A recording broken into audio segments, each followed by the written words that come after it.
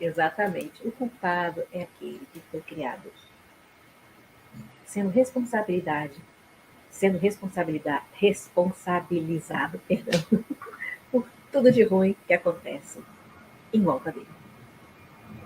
Então, ele sempre tem processos de acusação, desqualificação, cobranças muito pesadas. E muitas vezes, como a Angela falou, em relação aos pais, muitas vezes os pais fogem da sua responsabilidade e jogam sobre os filhos aquilo que eles têm que resolver. Então, são pais que, por exemplo, têm um filho do meio, geralmente pode acontecer do filho do meio ser responsabilizado, porque o filho, muitas vezes, ou a filha mais velhos, são xodó da mãe e do pai, e os caçulinhas também. Então, sobra para quem? Para a galera do meio, a galera que é filho do meio. Então, muitas vezes, esses filhos, eles são cobrados de uma forma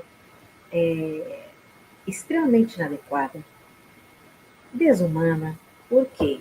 Porque os pais, na sua, nos seus processos de não conseguirem se resolver como adultos, muitas vezes eles não sabem o que fazer. E ao invés de eles procurarem uma ajuda profissional ou procurar se aconselhar com pessoas que realmente vão trazer um caminho eficaz para ajudá-los como pais em relação aos seus filhos, eles vão atrás dos piores conselhos possíveis. Aí eles pegam aquilo como tábua de salvação, trazem para o seu relacionamento e despejam em cima dos filhos. Ou seja, vai continuar dando muito ruim. Então, são filhos que vão crescer com uma sobrecarga de cobrança, uma sobrecarga de culpa, remorso, ressentimento, raiva muito grandes. Por quê? Porque muitas vezes a vontade daquele filho ou a filha que está sendo sobrecarregado é vontade de virar para os pais e falar assim: mano, mana ou pai, mãe, leva que é seu. Eu não tenho que resolver isso. Então, são filhos que são extremamente deslocados do seu papel de filhos para serem responsabilizados por todas as coisas de errado que acontecem no ambiente familiar. E essas pessoas vão levar isso para o seu ambiente de trabalho. São pessoas que incessantemente pedem desculpa. O cachorro latiu, sei lá, não sei aonde, mas todo mundo ouviu. Era tão longe, mas todo mundo ouviu. Ele está pedindo desculpa. Não tem nada a ver com ele, mas ele está pedindo desculpa. Alguém esbarrou nele, é ele quem pede desculpa. Alguém deixou alguma coisa cair, é ele quem pede desculpa.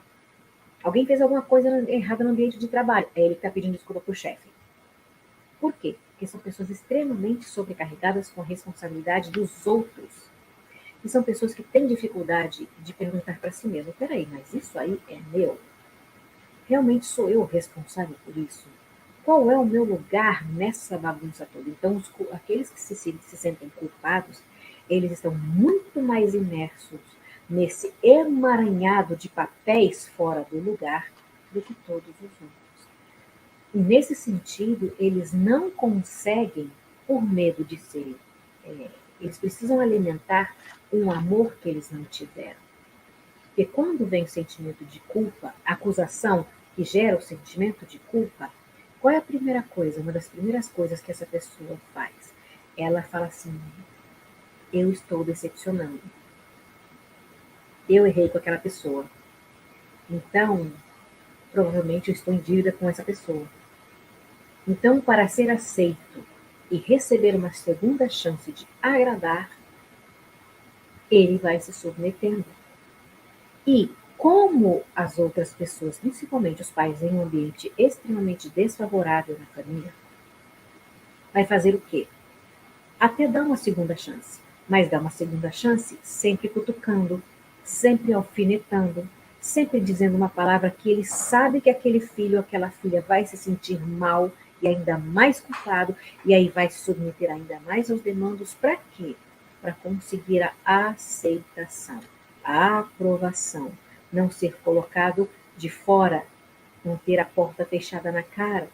Então, essas pessoas que se sentem culpadas, elas têm muita dificuldade de separar o que é delas e o que é do outro. Então, vai virando uma confusão de emoções internas nessa pessoa e pensamentos desencontrados do que ela sente, ou aí ela passa a justificar racionalmente, dando validade, aceitando aquilo que está sendo colocado para ela, quando não é de responsabilidade dela resolver. E aí entra o rígido, porque é o primeiro traço que faz de tudo para não ser traído, nem substituído, trocado, não ter a porta fechada na cara. E aí tem um problema, porque ele fica numa triangulação. Então ele não sabe se ele agrada o outro, se ele cuida da vida dele. Se ele vai cuidar da vida dele, ele vai desagradar o outro. Para ele cuidar da vida dele, muitas vezes, para não desagradar o outro, ele tem que ficar encontrando zilhões de caminhos, zilhões de justificativas para agradar o outro e, ao mesmo tempo, se proteger, para que aquela pessoa não venha com cobranças indevidas, com alfinetadas, com palavrinhas assim, que vai fazer justamente com que aquele rígido jogue tudo para o assim, pô, peraí, eu estou fazendo aqui o meu melhor, eu estou dando o meu melhor, você ainda fica me jogando isso na cara, ainda fica com cobrança, ainda fica de palhaçada comigo. Então, existe uma série de coisas que se passa dentro do rígido que faz a triangulação, que ele tenta viver a vida dele, mas ele tem uma dependência emocional ali, tem um gancho que foi colocado nele, igual o anzol de pescaria, e é que ele não consegue se livrar daquilo. Então, ele fica entre querer viver a vida dele, mas ainda fica dando satisfação para pai e mãe e carregando essas pessoas.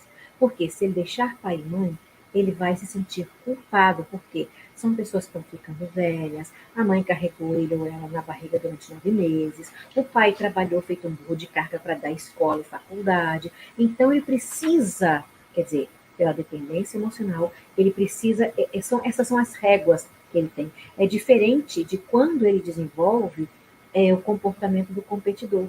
Porque tem aquele competidor que, por muito pouco, ele já se dá por satisfeito, e aquele que não precisa continuar provando, provando, provando. O culpado, ele carrega esse peso. E é insuportável para o rígido, porque ele fica o tempo inteiro se perguntando, mas espera aí, será que se eu fizer isso eu não vou agradar mais? Não, mas aí eu não me agrado, eu não consigo fazer isso por mim. Então ele vai sempre colocando o pai e mãe no lugar. Vem também o masoquista que ele tem a capacidade de suportar grandes cargas. E ele vai sempre agradando, vai sempre se deixando cada vez mais de lado, vai se sentindo culpado. Por quê? Porque tudo que ele planeja para agradar, tudo que ele executa para agradar também nada dá certo. Nada nunca está bom. Então ele se sente culpado, porque tudo que dá errado é o quê? Culpa dele. E aí entra o psicopata também, que aí fica assim, fervendo, porque o psicopata, tadinho, ele precisa de uma troca. E se sentir culpado é sentir que está devendo, e o psicopata não gosta de ficar devendo. A história do psicopata é apresentar a melhor resposta, entendeu? Mesmo que seja por outro fazer, mas ele tem inteligência suficiente para isso, ele tem estratégia suficiente para isso, e ele quer se ver livre do problema, porque ele quer ajudar o outro a resolver o problema, mas ele não resolve os seus próprios problemas internos. Então ele fica naquela briga interna que, para não ser manipulado, ele mesmo se manipula, se submetendo, para justamente não ter o quê? A exposição. E continua buscando pelo o quê? O amor que ele acha que ele ainda precisa ter. E tem o oral também, que se sente culpado porque ele não quer se sentir, ele não quer ser abandonado. Então, ele sente culpa porque ele não acolheu o suficiente. Ele não deu atenção o suficiente. Ele não deu amor o suficiente. E o oral é aquele aconchegante, aquele acolhedor, aquele que, assim, quer desabafar, procura um ombro de um oral ou de um masoquista. Porque são pessoas que vão ouvir muito, vão chorar com você, vão entender seu sofrimento com muita facilidade. Mas também tem o esquizoide, que mesmo que ele possa desenvolver deles todos, talvez seja o que desenvolva menos, mas pelo quê? Pelo medo de ser rejeitado e para não incomodar as pessoas, ele se sente culpado. Se ele suspeitar que ele está incomodando alguém, ele pode gerar a dependência emocional para quê? Para não ser rejeitado, porque ele sente que ele não foi amado o suficiente.